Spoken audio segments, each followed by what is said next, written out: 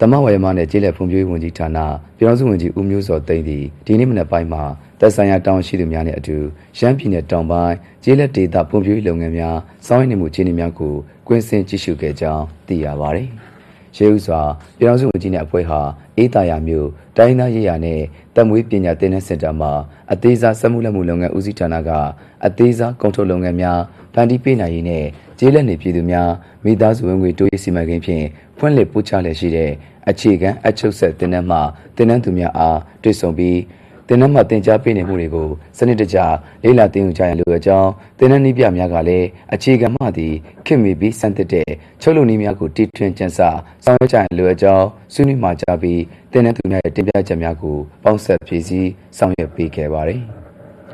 ဆက်လက်ပြီးပြည်ထောင်စုဝန်ကြီးနဲ့အဖွဲ့ဟာညောင်ရွှေမြို့နယ်အင်းလေးဒေသအတွင်းရှိဟဲရွာမှကြေးရွာသို့ရောက်ရှိပြီးကြေးရွာရိုက်ရှင်းလင်းဆောင်မှာကြေးရွာလူကြေးရွာသားများနဲ့တွေ့ဆုံရာရှမ်းပြည်နယ်တောင်ပိုင်းကြေးလက်ဒေသဖွံ့ဖြိုးတိုးတက်ရေးဦးစီးဌာနဦးစီးမှုက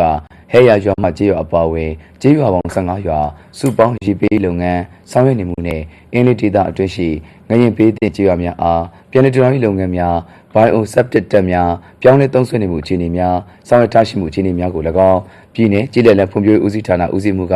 ဟဲရွာမှကြေးရွာအဝင်လန်းဖောက်လုပ်ထားမှုအခြေအနေများကို၎င်းရှင်းလင်းတင်ပြရာပြည်ထောင်စုဝန်ကြီးကအင်းလေးဒေသတဘာပုံဝင်ချင်းထိန်းသိမ်းရေးအမိုင်များစနစ်တကျစွန့်ပစ်ရန်လိုအပ်ကြောင်းကျမ်းမာတန်ရှင်းအတွက်အိမ်သာသုံးဆွဲရမှာလေစနစ်တကျစွန့်ပစ်ရန်ဓာတ်ရိုက်စွန့်ပစ်ခြင်းအစားပုံမူကောင်းမွန်တဲ့စနစ်ဘိုင်ယိုဆပ်တစ်တက်များသုံးဆွဲရန်ကျေးလက်ဒေသဖွံ့ဖြိုးတိုးတက်ရေးဦးစီးဌာနမှပူးပေါင်းဆောင်ရွက်ပေးနေပါကြောင်းအိမ်တော်စုတစုချင်းမှကျေးရွာတစ်ခုချင်းပြည်သူများကိုယ်တိုင်ပါဝင်ဆောင်ရွက်မှသာအောင်မြင်မှာဖြစ်ပြီးအင်းလေးကန်ရေရှည်ထိန်းသိမ်းနိုင်မှာဖြစ်ကြောင်းပြောကြားကဒေသခံတောင်သူများရဲ့တင်ပြချက်များကိုပေါင်းစပ်ဖြည့်ဆည်းဆောင်ရွက်ပေးခဲ့ပါတယ်